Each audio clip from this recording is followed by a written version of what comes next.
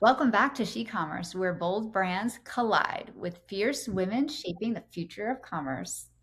I'm Christina. And I'm Jackie, and today's conversation is unlike any we've had before. We're talking AI. Okay, that's like conversations we've had before. We're talking food innovation, future proof careers, and vibrators. Yes, I Everyone said just what I say that? said. What? I don't know. We'll find out. Because today's guest believes innovation doesn't stop at technology. It should also transform the conversations we're finally willing to have about women's health. Yes. So before we jump into all of that, vibrators and all, we're going to spill some tea first. So, Jackie, I have a question for you. Do you think that being too nice actually holds women back in their careers? Because this is a common theme that we hear, right? Be more collaborative, be a team player, don't rock the boat. But then somehow it seems like the promotions are still going to the people that actually speak up. Yes, 100% yes.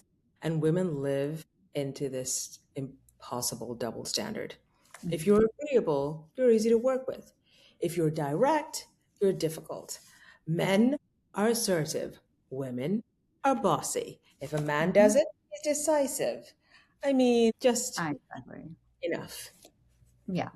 Well, we were recently introduced to a book with probably one of the most attention grabbing titles we've seen, A Little Bit of A Hole by the leadership expert Danny Goldberg.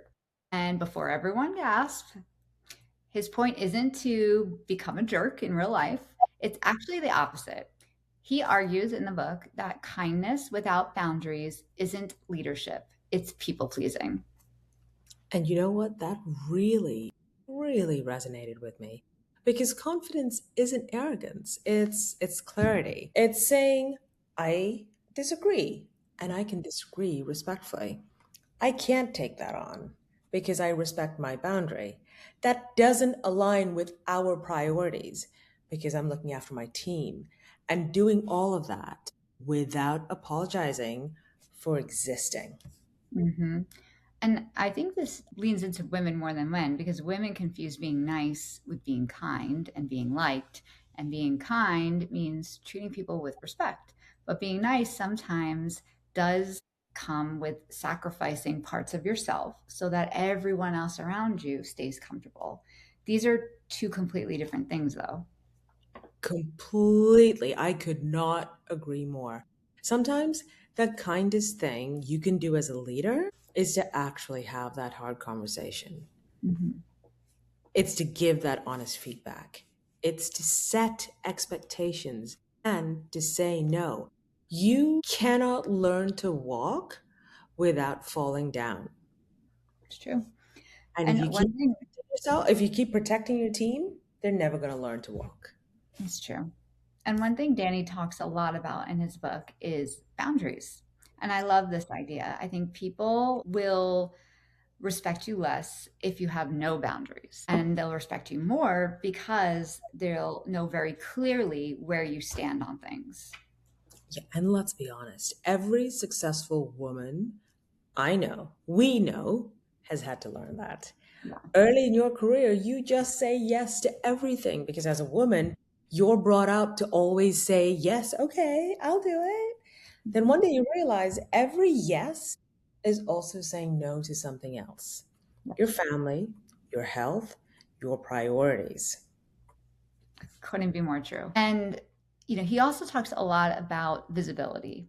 He talks about how there's one chapter specifically about how hard work alone doesn't always get rewarded, and that your work can sometimes be the most incredible. But if nobody knows the impact of that work and the impact you are making, you stay invisible. And I think that really hits home for Okay. probably many of our listeners, for us included. Literally. Can you see me? Can you see me? Can you see me? For women, we're just often taught if I just work hard enough, Mhm. someone will notice. Unfortunately, that's just not the way leadership works. Mhm. Leadership requires communication. When you consider that you are one of so many hundreds of thousands, potentially, or hundreds of thousands of people working in in the company, you need to communicate. It's not self aggrandizement or promotion, but it's being willing to own your accomplishments.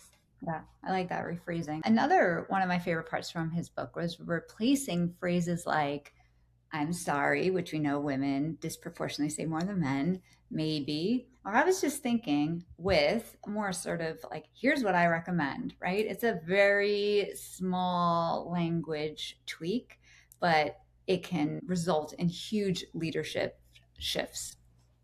So true. I'm sorry, is literally my refrain, my first draft, always my first draft. But you don't need to have permission to have expertise. You're not working at a company because they have taken pity on you. It's because you are valuable to them, right? You earned your seat at the table. Speak like it. Hmm. So maybe the takeaway isn't be more of an a hole. Maybe it's be a little less afraid of making everyone else happy. Exactly. Because leadership isn't about being liked by everyone, it's about creating clarity, building trust, having courage, and helping other people grow.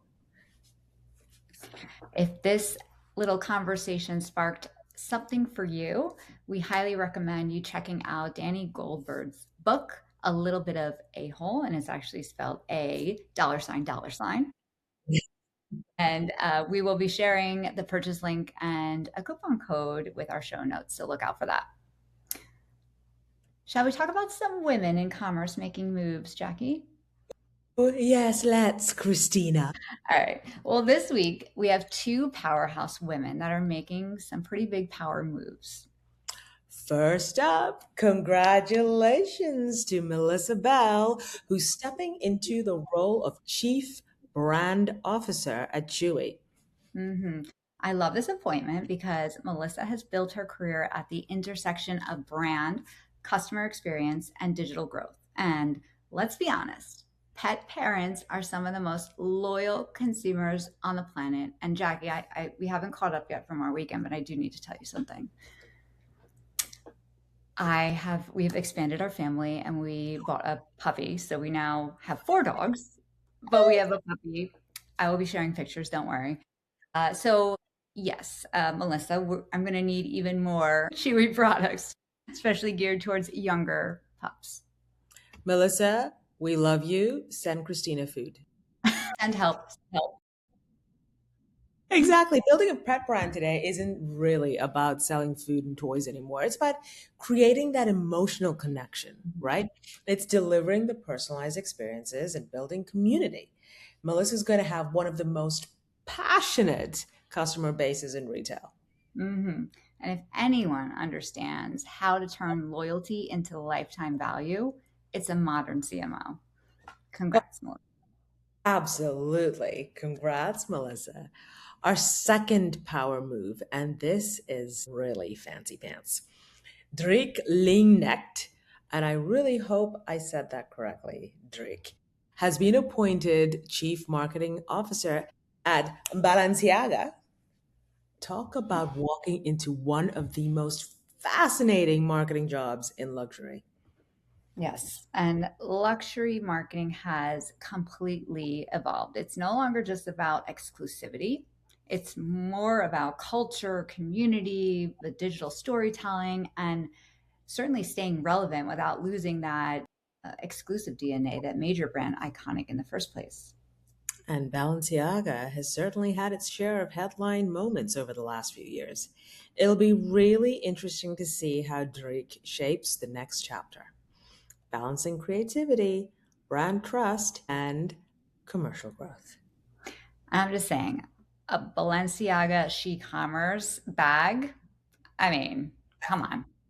Come One on. of a kind. I mean, I feel like it's a great collab. You So know, we should talk to all the luxury houses. all of them, all of them. So congratulations to both Melissa and Drake.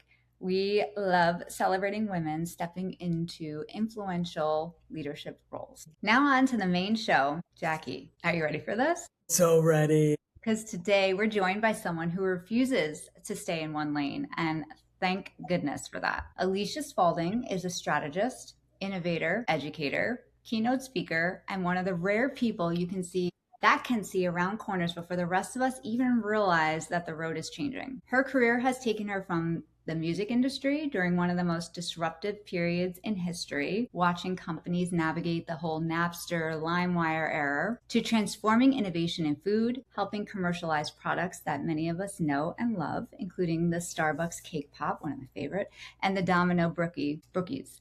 But when most people were still wondering whether AI was just another buzzword, Alicja was already telling her teams, congratulations, you all have virtual assistants now. Today, she advises organizations on AI strategy, helps leaders rethink the future of work, and also developed what is believed to be the first MBA and undergraduate curriculum connecting artificial intelligence and food marketing at St. Joseph's University. And I feel so stupid listening to all of that. And if all of that wasn't enough, Alicja is also helping lead another movement that's every bit as important. Through her work with a global women's sexual wellness company, she's challenging decades of stigma around female pleasure, menopause, intimacy, and holistic health. She's advocating for conversations that many women have wanted to have for years, but rarely felt permission to start. In other words, today's episode is about two industries being disrupted, one by technology, the other by truth. And no one is better suited to guide us through both of that than our fabulous guest today. Welcome, Alicja, to SHeCOMMERCE. Let's go. Awesome. Thank you. I am so excited to have this conversation with both of you today and see where it leads us. So are Me too. All right, let's start with your portfolio career, which you had talked about when we first met. And I love that statement. You've intentionally built what you stated as a portfolio career. What does that actually look like today? I think it starts by being exceptionally confused where you want your career to go and realizing that you can't be put into a box. And so, when you kind of walk away from the world of U2's corporate, realizing that, hey, you can create more than one path for yourself. The light bulb came on. Like, I no longer had to be confined to doing one thing from 9 to 5. And not to say that we do one thing from 9 to 5, because a lot of our roles are fairly robust, but they are within a very specific industry, discipline, so forth. And I realized there's so many things I want to do. And that's kind of where I had this epiphany. Who's telling me I can't do more than one thing? What if I want to do consulting and fractional, but then spend some of my time working on building a new product or exploring things that I'm curious about, or just educating and teaching? You just never know. And one thing that, is really awesome about being human is about curiosity and learning. And that's just allowed me to go into different paths that I never would have thought of, some that we've already touched on, but it truly allows me to represent my best self and do the best work possible because I'm truly passionate and enjoying every moment of it. And when I'm not, I have the liberty to walk away and create something else. And so I've kind of identified this term and learned that it's been around for a little bit, the idea of a portfolio career where we don't have to do one thing, where we can do fractional and be an educator and be a keynote, or start up a couple of different side businesses and who knows where they go. And that's, a privilege and a luxury all in itself. But I think, it's a way of the future as well, where we do want to expand into different disciplines and learn and continue to be curious. So, Alicja, asking for a friend, was leaving corporate terrifying or freeing? It was so scary. I think, all the emotions at once, in the sense of liberating, but scary. And quite frankly, going 2 years into it at this point, I still have those moments. And it really is a roller coaster. The highs are highs and the lows are lows, but you realize ultimately that it's a hell of a lot of fun. And so It's both. And I want to say it's a journey. It doesn't just happen overnight, because in your process of being an entrepreneur and just identifying as an entrepreneur, it's a journey, and it takes time. Because I think about myself, it was 20 plus years of making a career and then walking away from the stability of healthcare, a paycheck, whether you are present 100% at work or 75, that paycheck kind of always showed up. Whereas when you are control of your destiny and your cash flow, if you're not present, well, PTO doesn't exist. And so there's different learnings, trials, pros and cons to everything. But ultimately, I think for myself, I am most happy really being in this mindset of a portfolio career and just being able to leverage all of the work and experience I've accumulated over the last couple of decades and do something different and interesting with it. So it's really fascinating. And we're hearing this term more and more from others. We heard it from you, and then of course we start hearing it more, from others after that. But I love the idea of choose your adventure, right? And speaking of the adventures you've been on, I love that your AI story actually starts with the music industry. And obviously there's a lot of parallels to that with what's happening in AI. AI is our generation's internet movement. Looking back, what lessons from the music industry's disruption prepared you for today's AI revolution? What prepared me for it? I don't think anything really can prepare you for true disruption, but there are signals. There's almost like a feeling where this has happened before with experience. And so when AI, I should say large language models, really started coming to the surface in late 2022, that's when really it felt like the internet coming on board. Just the conversation, just even the skepticism from everyone. I'm like, this feels like something I've experienced before. And so I think, the biggest takeaway is always be curious, and specifically always follow how tech is advancing, because no one thought the wheel or the print press was really tech, but it is technology.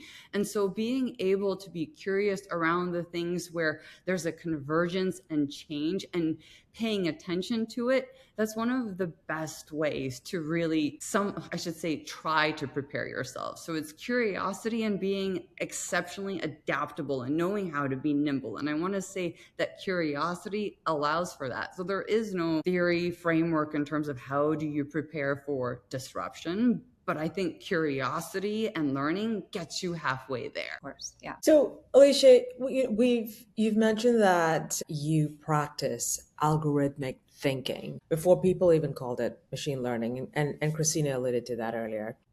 Tell us a little bit about your thoughts about where you think people are going or getting it completely wrong about AI. One, I want to say that AI is used as such an umbrella term. And oftentimes today, when we are talking about AI, we're really referring to large language models, what we know as ChatGPT or Claude. But there's this big misdemeanor, or I shouldn't say misdemeanor, but misconception that AI just kind of showed up in 2022, when reality is that AI has been around for decades, 1950 actually. It's just advanced in different ways. And so having society understand that we've had AI in terms of GPS or Google Ads or all the algorithms in terms of Instagram and TikTok, it makes us have better conversations around AI. So when we mean large language models, let's talk about large language models. If we actually mean about algorithmic management or machine learning or deep learning, let's talk about that, because I think that's what allows us to have a healthy AI fluency and understand how this technology really works, and more importantly, what the limitations of this technology are. And yet we're not there. We're just AI when really we mean ChatGPT or Claude. And at that point, it's really just a glorified chatbot, not to take away from how powerful they can be. But oftentimes that's kind of the surface level conversation we have, because we're not digging deeper to understand what its implications really are. That is so true. I mean, it is We hear it all the time. Oh, AI is so new. Actually, chatbots have been around for how many years now? Definitely pre-COVID, that's for sure. Oh So yeah. I if mean, you I think about our chats from the early 90s. Like that's how we started was Yahoo chat or yeah. MSN or AOL. I mean, yes, that was human to human interaction, but this idea of communication and chatting has been around kind of since the emergence of the internet. I would even argue that that kind of started the internet when we had our robust modems and people would sign on for chatting. So Mhm. yes, it's evolved, but it's not new technology. So if you were avoiding AI today, what would you regret 5 years from now? I don't know if it's so much about avoiding AI because it's changing so much that I think what is so critical is knowing how to think about what the implications of artificial intelligence in society are and being curious and you taking courses to really, expand your mind. I think now is really a time to double down on something like design thinking. What does that mean? Because this way, it doesn't matter how AI advances a month from now versus 5 years from now. You've kind of molded your mind in terms of knowing how to approach the unknown, kind of going back. How do you prepare for the disruption? And I think that kind of comes down to, yes, it's important to understand certain components of AI, but I think your thinking and your troubleshooting and your problem solving with it is going to be so much more critical. Because I think when it comes to AI, it's not a matter of just building efficiencies and optimizing everything. I think the deeper question is, how are we going to be just navigating through life and work differently? And I even tell my students this, I'm like, think of what's impossible and how AI can make that possible. And so that's the big piece is right now, educate yourself, look at different courses, read different material, experience life differently, because I think those are the skills that allow you to start thinking about what are the possibilities of AI and how might it change society. Yeah, I love that. Think about what's impossible and how AI can make it possible. That's a good one. Print the shirts. Well, you have helped some major organizations build products that everyone knows and loves. I mentioned a few in the intro, Starbucks Cake Pops and Domino's Brookie. You've done a lot with food commercialization. So maybe you can talk through, what's coming up with the great product ideas, or is that the easy part? And the hard part is convincing a giant organization to believe in it and to get it through to commercialization. I think today it's actually even different because for the first time in history, I want to say, food is trending. I mean, never in history did we have a chart of what's popular. And I think about everything from feta to cottage cheese to dot cakes. And so it's almost not getting organizations on board with an idea or coming up with a great idea. It's how do you meet the consumer in the moment? Because as we all know with food, it takes time to procure ingredients and do a benchtop sample and commercialize it. And by the time we do all of that, that trend may have disappeared.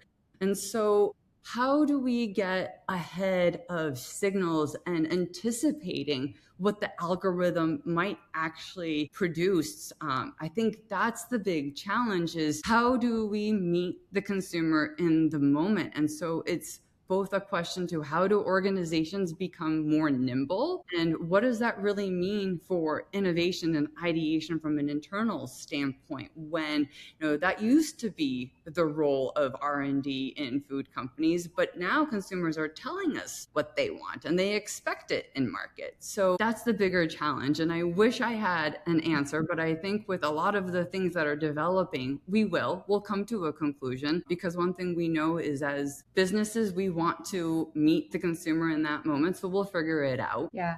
I mean, it's a great point. How do you meet consumers in that moment? But it's also, what are the moments? Like starting there. I think a lot of companies maybe are focused on too many, and that also slows things down. And then getting ahead of the signals, another thing that there's just way too much of, and which signals really matter that are going to link to those moments that matter, as you talked about, to then capitalize on as soon as you start to see them, and not waiting for like all the information. But, are you comfortable, like you said, being nimble? And, if you have those signals that matter most, that you're willing to move on them when you see them, and not just wait and wait and wait. And then all of a sudden you're past this, you're too late.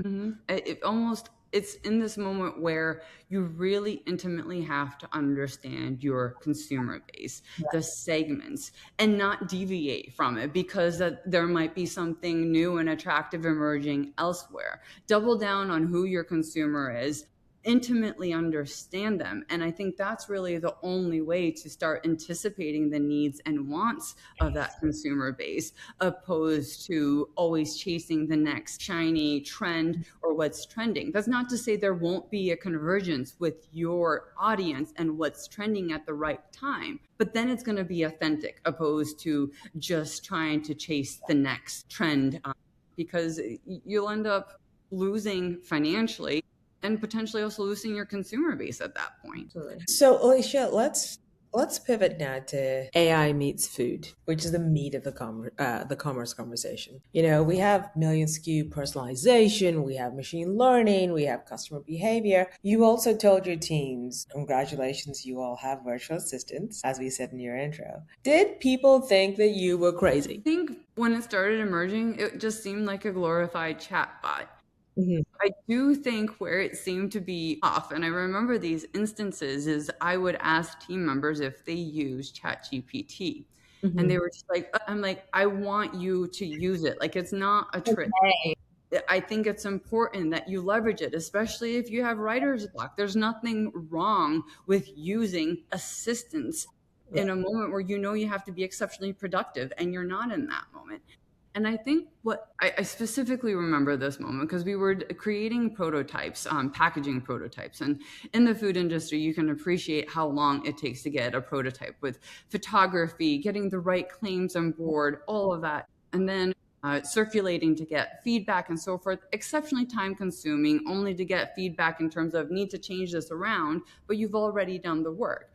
And I remember the timeline was so quick. I'm like, just use generated imagery. I know it's not perfect. And this was a couple of years ago when really it was not perfect. I'm like, but it will get the idea and we'll still have the same meaningful conversation. But the result is we haven't spent all of this time and resource to be able to get feedback. We're able to kind of shortcut that process, get the feedback, and use our resources much more wisely, and actually then be able to be ahead of schedule. That was kind of the aha in my moment where I'm like, there's more to this in terms of how we think to use the technology and how it would change. And when you have this conversation with graphic designers, they're already a little like, what do you mean you want me to get something just AI generated? But what about my craft? I'm like, this will make your craft better because you're not going to be stressed over trying to get the perfect image, worrying that you're going to have to reshoot. You're going into this knowing you're going to be reshooting or that you're going to be shooting from scratch. Now you have a lot of that foundation built in to really aligning with feedback and expectations. Yeah, absolutely. Yeah, great point. All right. Now let's talk about Professor Alicia. I love this story. So you weren't actually hired to teach AI. You were asked to build the curriculum from scratch. Yeah. So talk us through that progression and, what are your students' understanding about AI that maybe executives still aren't? I think, we look at the idea of marketing from a very scholastic perspective. And I think that already is a big shift in how you think about marketing. So I challenge my students, and oftentimes when you bump into me and we start talking about marketing, one of the first questions I ask is, what is the root word of marketing? And funny how often I stump people with that question. And I'm not trying to be difficult or clever. I am genuinely trying to start a meaningful conversation. And I'm often met with market. And I'm like, exactly. Marketing, it fundamentally is rooted in markets and how markets shift and change. And so when we think about food marketing, we're really talking about the food market and the food industry. And that's also what makes food marketing so unique and interesting, is because it does start with product or service, the fundamental theory of the 4 Ps of marketing: product, price, place, promotion. Don't have to get into all of them. But that drives a really meaningful conversation for us in terms of what does it mean when AI impacts that? Because now we're looking at it from agriculture all the way to the consumer. And there is a framework that I talk about not to be overly illustrative, but it draws the point where it's from soil to stool. And I usually get people perplexed, well, how is that anything to do with AI? Well, we all know that agriculture all starts with soil, and there's a lot of vitamins and minerals and changes that happen that way. And the reason I say stool is we have an emerging category that is the gut health, microbiomes, and it's unique to every single individual. My microbiomes are going to be very different than yours. And so when you have now this layer of AI, you can be very specific with what that means. Maybe you can't have dairy from England because of the different biomes that are in that kind of dairy, but dairy from New Zealand is okay for you because of the different minerals and what the bovine eat there. And so the full 360 cycle comes in with what if AI is able to monitor everything from the ideation of product, the supply chain, we know it's already in pricing with dynamic pricing, all the way to the communication of promotions, but also thinking of people and your stakeholders and so forth. So that's kind of how we approach AI, is really thinking about it almost from a philosophical standpoint. But the reason for that is so that we continue to ask questions and be curious and develop wild ideas of what the future might look like, because it allows us to be creative and use our imagination. And one thing we start lacking as adults is imagination. And so that's what I really provide, a foundation for my students is to feel safe with being curious and creative. And I even say that think of AI not as a return on investment, but think about it as a return on imagination. I love that. This is a new ROI, Cristina. Yeah, I love that. So with imagination, this feels like the perfect place to shift gears, because while AI is changing the way we work, you are also helping to change another industry that desperately needs disruption. So to quote, I'm going to do Cristina here, one of my favorite girl bands from the 80s. Let's talk about sex, baby. Let's talk about you and me. Okay, that's it. So I think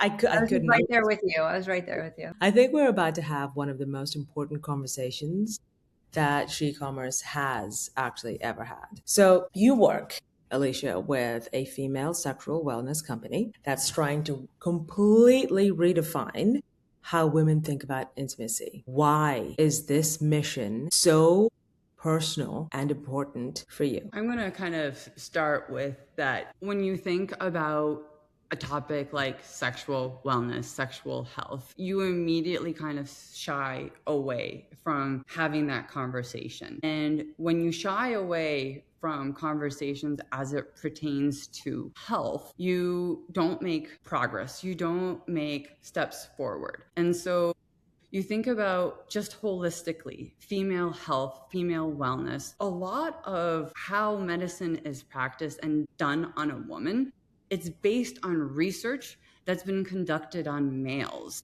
And so already we are at a disadvantage in terms of being proactive with our health. And we know that being proactive with our health is one of the best ways to think about lifespan. When you're reactive, you're already trying to fix something.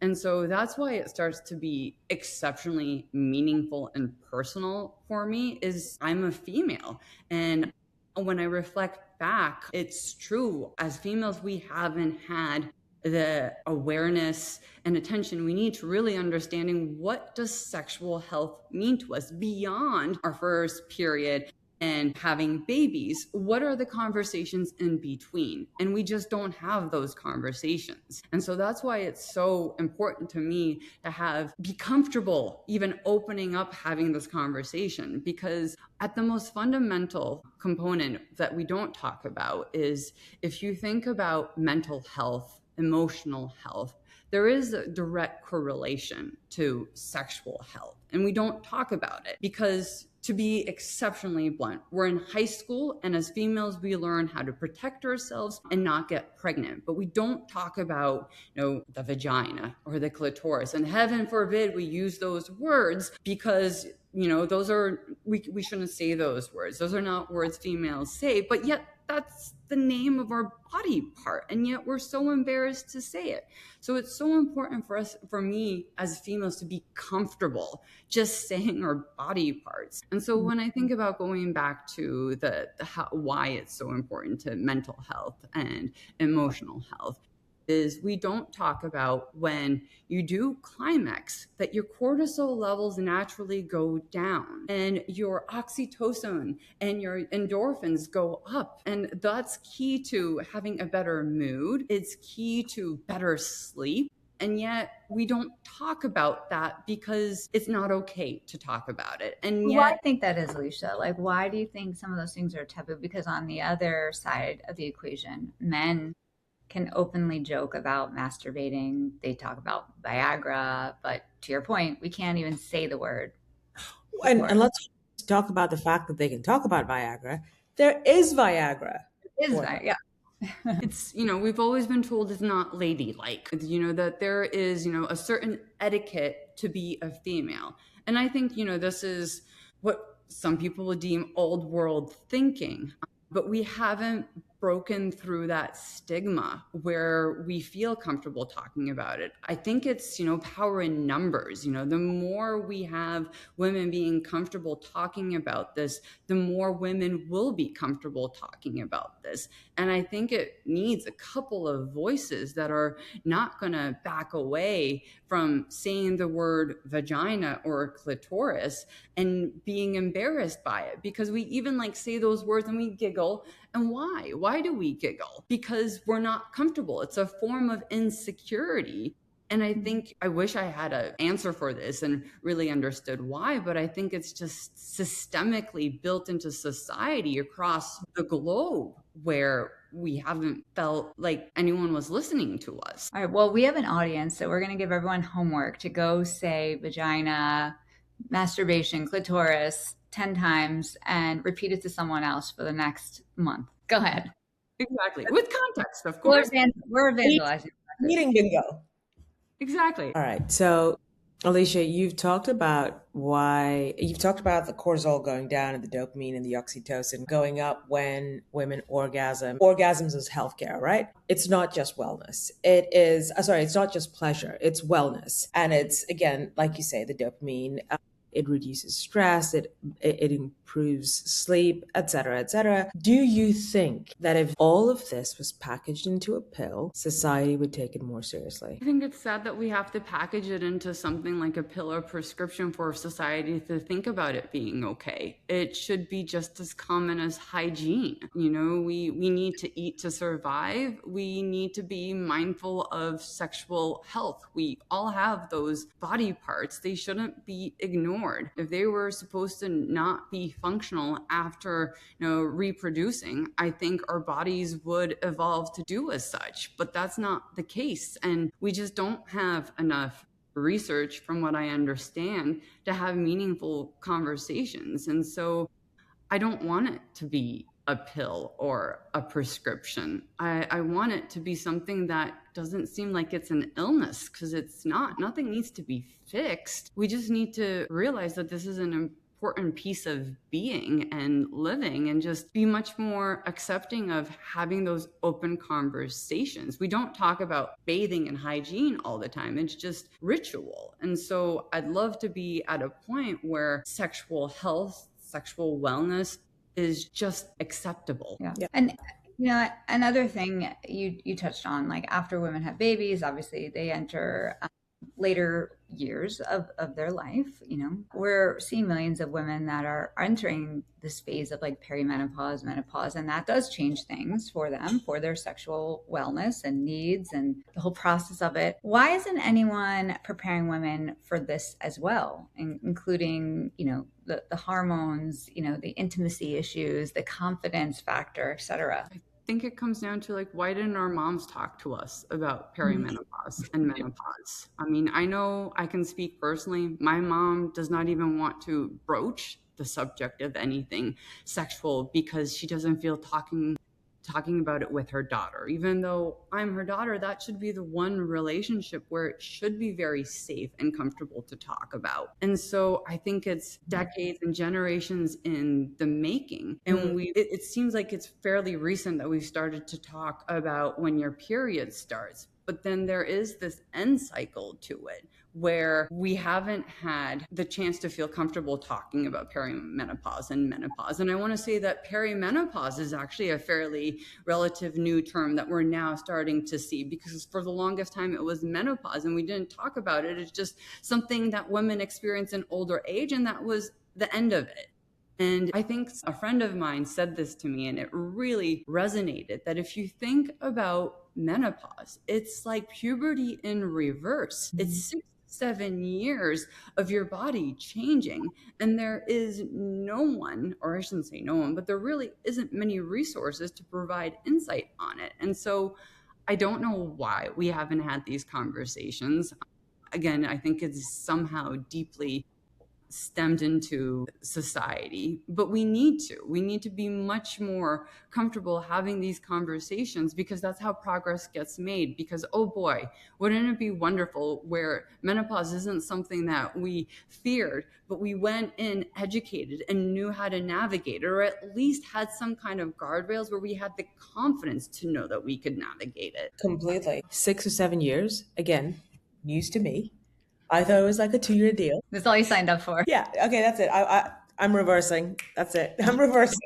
All right. So this is still a business, right? This is, we're still talking about this from a commercial perspective. So how would you say, Alicia, that the sexual wellness industry has changed over the last 5 years? I think we're walking away from it being just adult specialty, where now we are seeing terms like sexual wellness and sexual health. And that is helping us remove the taboo and the stigma, where it isn't just a specialty sector. That's not to say that the same devices aren't crossing over, but the mindset and the consumer needs to feel comfortable entering a category that is emerging. And so it being more inviting, like the word wellness and health, that's the big change. I think that's where we're seeing movement and progress taking place, is the words we're using. And other progress, I actually learned this from you, is that there's a movement to make sexual wellness devices eligible for FSA and insurance reimbursement. Obviously, hugely important in driving that movement as well. But there's also been a lot of women's, I guess, sexual wellness. And that has added probably to this. Can you talk a little bit about that and why this change is so important? I think it kind of goes back to the point where a lot of medical research has just traditionally more so has been done on the male. And so that's the big shift, is where we're having more and more conversations and more clinical research around specifically the female body and different life stages of the female body. And so that's what's surfacing a lot of, we didn't know what we didn't know, and having the right conversations and making progress. And we see it happening. So, why are we requesting for devices to have FSA, just different reimbursements from a healthcare standpoint? Is you can now find these devices in the pharmacy. So you walk into a Walgreens or a CVS or Target or Walmart's pharmacy area, it is now within the female hygiene category, or it has its own category that is sexual wellness. And so this is part of that transition, where normally you would find your lubricants and your condoms, it's expanding to be more holistic, not necessarily just male centric or traditional sexual activity, but being viewed more so as a category within health. And I think those are all the different changes that we're seeing making a difference, and why this is an emerging category and why this is now becoming, I want to say, more mainstream. And that's part of the project that I'm working on, and we're even calling it's a mainstream effort. I love that. Okay, so let's look at, we talked about double standards before though, Alicia, how men have medications for erectile dysfunction, women experience pain, hormonal shifts, loss of libido, pelvic floor issues, mood swings, all the chemicals, all the hormones. Why does society not believe that women need to have the same focus on medication? Why is it so historically lagging behind and continuing to lag behind? I think we're still trying to find our voice as women. I mean, if you look at history, we had to fight for the right to have a vote. We had to fight to have access to credit card and mortgages. We didn't go into society with the same opportunities that society had deemed for males. Obviously different depending on where you are in the world. I'm kind of viewing it from a North American angle. So we're still looking for a voice. We're still fighting for that equality, even though, you kind of think about it as 2026, females, in theory, we should have all the same opportunities and access as males do. But on a global scale, there's been a lot of improvement and we are finding our voices. But I think this is still part of that journey, part of that progress, is continuing to find our voice, speaking with conviction on things that truly are important, like health and wellness. And that's just part of the overall progression. From my personal standpoint, how I kind of view it. Well, hopefully the work you're doing in this episode helps even a few more women find their voice. We'd be happy to say that. We could probably talk about this forever because this is so interesting and there's a million things I want to pick your brain about. All fair. We're going to go into our lightning round. So just tell us, the first couple of things that come to your head, short answers. What would you say is the most overused AI buzzword besides AI itself?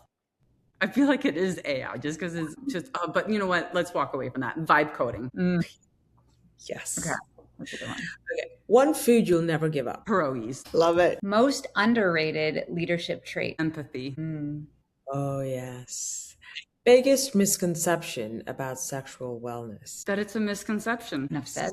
One thing that every woman should know. I'm going to keep it very simple. You are enough. I was told that when I was 20 and it resonated. And I think it's something we need to continue to hear. You are enough. You are. And favorite go-to hype song. So I love A Moment Apart by Odessa. It's just how it ramps up. It's EDM.